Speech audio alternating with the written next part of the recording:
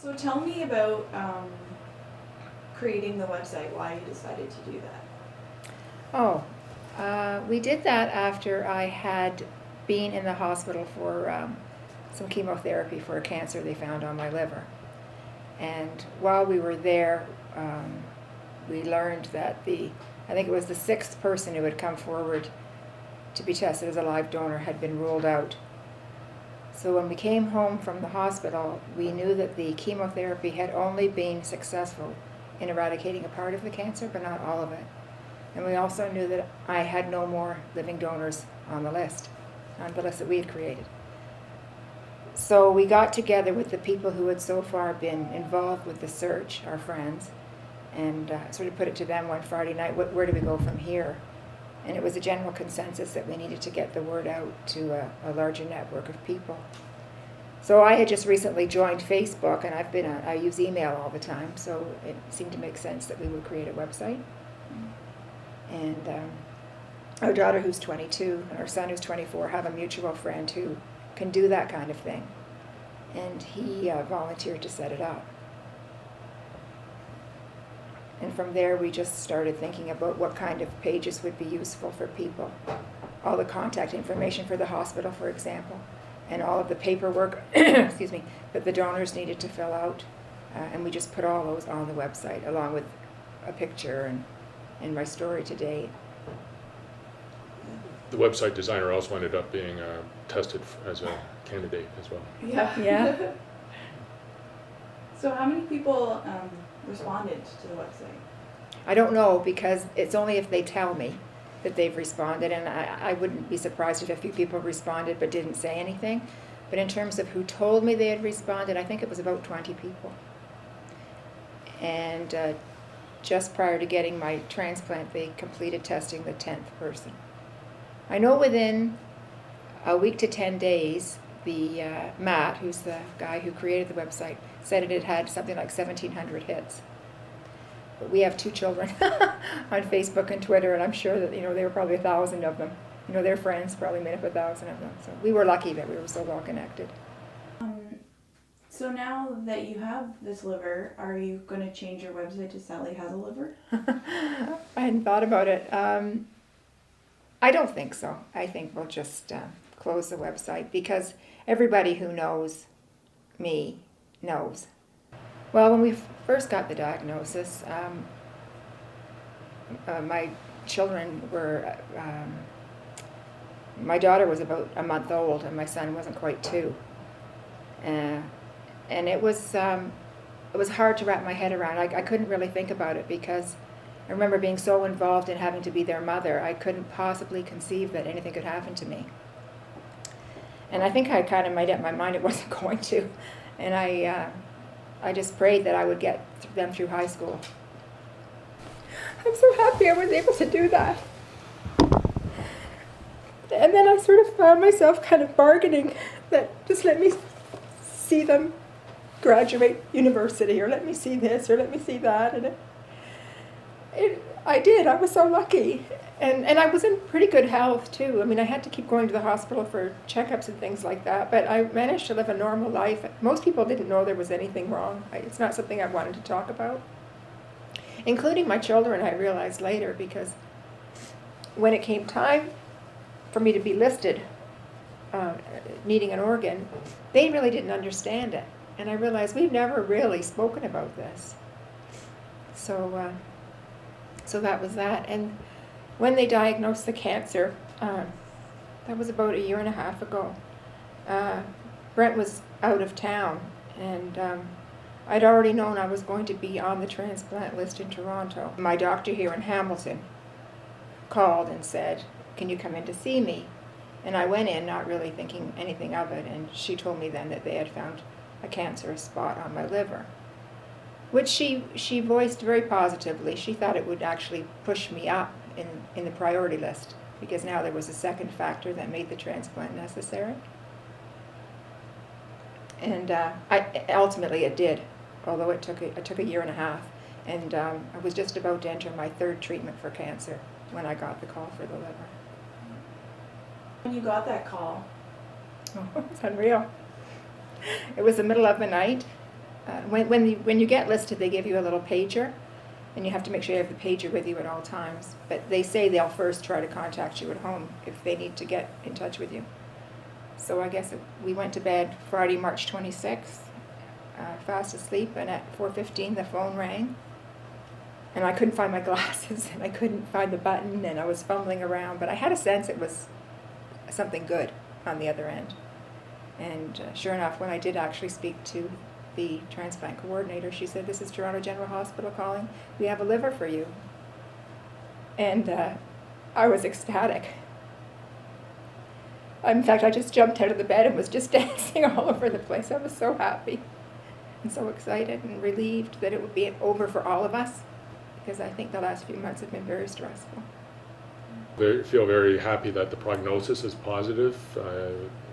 The blood tests from last week were all on track, and so that's really good to know, and we also know we're in good hands. And so, I mean, gradually we become more excited and gradually more accepting of the positive, because Sally's difficulties are receding, and like her physical difficulties, or the challenge of the recovery is receding, and I can see Sally getting so much better, and it's all of a sudden it's quite rapid. Like the difference this week from last week is quite significant. Just to put some context in it, I think Sally's had perhaps, from what we understand, not a typical recovery, and so my understanding is the typical recovery is quite rapid, and the change is almost instantaneous.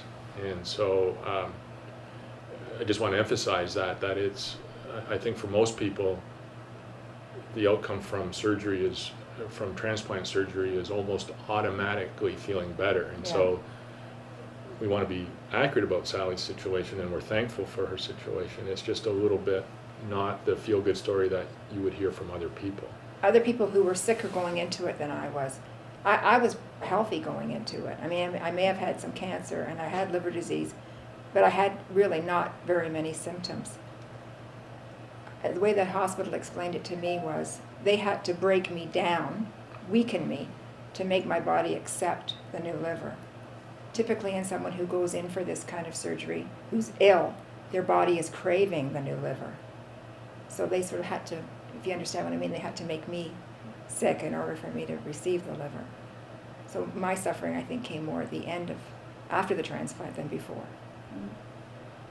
I know that the care I've received at Toronto General has been excellent. They're a very close-knit team. You feel that you are in the best of hands in every area that you go into. I think we've got, from my experience, an excellent healthcare system. For instance, when we got home from the hospital, we had to, Brent went up to the drugstore to get my prescriptions filled. And you can imagine I'm on a lot of drugs right now, most of which I'll come off eventually. But the drug bill would have been $4,000. We have coverage, so we were fine. But the Trillium Foundation provides coverage of those drugs for people who can't afford it. So it's not an issue for people, and not very many people could afford to spend that kind of money. So I think that's a great healthcare system. When we were told, when it was first diagnosed, we understood that, or were told that the success rate for her liver was in the 60s, like 65%. And now we understand it's like 95% or better. I think 90. 90, and as Sally said, within the first year, they right. sort of break it down. Right. You know, it's a very successful sort of surgery, and as Sally mentioned, it's only in the last 10 years that living donor has become an option. The other thing I think that's important is none of the living donors in Toronto have, our understanding is, has ever suffered any adverse consequences. Mm-hmm. They've all been successful. They're very careful. It's immediately apparent that the life and health of the living donor is paramount and is more important than the life of the recipient. They will not, I mean, I think it's quite clear that they have strict standards that they will not put the donor at risk. Other than, of course, the risk of surgery, which is a general risk, but any concerns. For instance, we had a couple of individuals who went a long way in the process and ultimately were rejected because of concerns the surgery, things that have been discovered about them that would prevent them from going ahead. Even if they were minor, Yeah. a freckle on your liver would rule you out, because they're not in the business of making healthy people sick. I mean, that would be totally against what they're trying to achieve. So the liver would have to be perfect. The situation would have to be perfect for them to do it. And just so you understand, there's two parallel tracks. There's the recipient track and the recipient's caregivers, and the donor tract, and while they liaise with one another, they're also independent of one another. So the decisions are made vis-a-vis the donor, independent of the decisions made in terms of the recipient. Mm-hmm. So the donor can be entirely anonymous. The donor can pull out at any time, right up to the very end, and those details are not supplied to the recipient side of things, or at least not to the actual patient. And if a person decides to withdraw, they don't have to say, "I've changed my mind." Like, they'll just say it's completely anonymous, and the reasons are anonymous and aren't explained. It's just saying that you can't go ahead or whatever. Because I think a lot of people had fears about, or not a lot. Some of the people we spoke to, first of all, didn't understand living donor for livers, and quite understandably would be a bit perhaps overwhelmed by it. But I also think there was concerns about, isn't this a very risky undertaking? And obviously to a certain extent it is. But I think it's really heartening to understand all the safety measures, or all the things in place to protect the donor.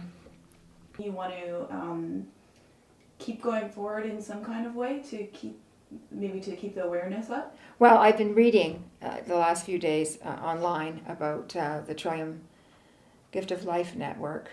I certainly want to give back financially and in any way I can. So I'll give myself a little bit more time to recover, and then I'll be in touch to see how I can help. But definitely I want to keep it going. I don't have a choice. This is meant to be for me. It answers a lot as to why so much of this has happened, if I can put an ending on it, where I help others.